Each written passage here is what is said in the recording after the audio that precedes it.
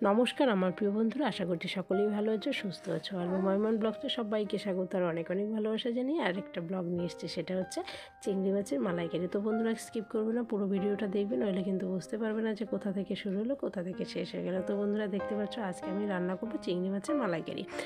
তো দেখতেই পাচ্ছ কতগুলো, এখানে 14টা চিংড়ি মাছ আছে। তো একটু মিডিয়াম সাইজের, একদম কেটে ধুয়ে বেছে সব কিছু ভালো করে নিয়েছি। আর পাবদা দেখতে পাচ্ছ সেটা আলাদা, এটা এর সাথে এটা যাচ্ছে না, যেহেতু আমি দুটো পাবদা রান্না করবো ওই জন্য এখানে নিয়েছি। তো বন্ধুরা সবার প্রথমে কড়াইতে সর্ষের তেল গরম করতে দিয়ে দিলাম। তো তেলটা গরম হয়ে গেলে আমি মাছগুলোকে ছেড়ে দেবো এক এক।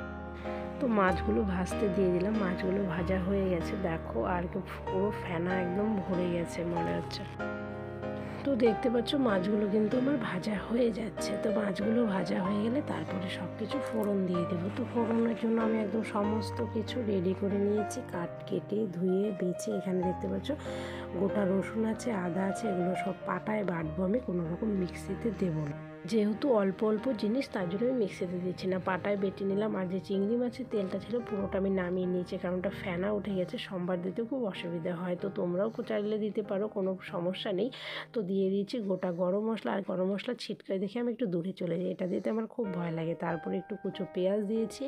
তো এক এক করে পেস্টগুলো দেবো, সব দিয়ে দিব, আদা পেস্ট, রসুন পেস্ট যা আছে, পেঁয়াজ বাটা, সমস্ত কিছু দিয়ে দিলাম। আর 4টে লঙ্কা দিয়েছি, যে যেরকম ঝাল খাও সেই অনুযায়ী দিতে পারো। তো আমি একটু দিয়েছি, কারণ যার লাগবে সে চটকে খেয়ে নেবে। আর লঙ্কার গুঁড়ো দিয়ে কিন্তু পুরোটা রান্না হচ্ছে, আর লঙ্কা বাটা বাটি নেই। আর এই রান্নাটা কিন্তু পুরোটাই একদম নারকেলের দুধ দিয়ে, কোনো রকম জল দেওয়া যাবে না, এক্সট্রা কোনো জল চলবে না, পুরোটাই একদম নারকেলের দুধ দিয়ে। তো দেখতে পাচ্ছ দারুণ সুন্দর একটা গন্ধ বেরিয়েছে, মানে কি বলবো, আমি খুব বেশি লঙ্কার গুঁড়ো দিইনি, তোমাদেরকে আমি বলেইছি কেন বলো তো, এতটা লঙ্কার গুঁড়ো খাওয়া ঠিক নয়, তোমরা চাইলে একটু কম করে দিতে পারো। তো আমিও সেরকম একটু কম করে দিলাম। দেখতে পাচ্ছ আর একটু নারকেলের দুধ দিয়ে দিলাম।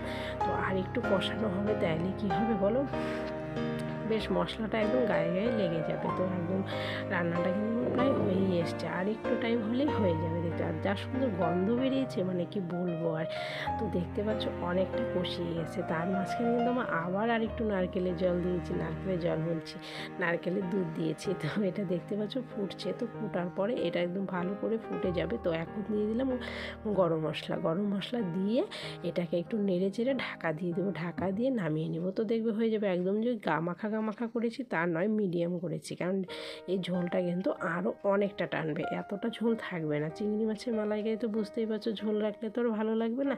তো বন্ধুরা দেখতে পাচ্ছ হয়ে গেছে, তোমরাও চাইলে কিন্তু এরকম ঝটপট করে বানিয়ে নিতে পারো একদম অল্প সময়ের মধ্যে। তো টাটা বন্ধুরা, কেমন হয়েছে অবশ্যই জানিও আমাকে কমেন্ট করে।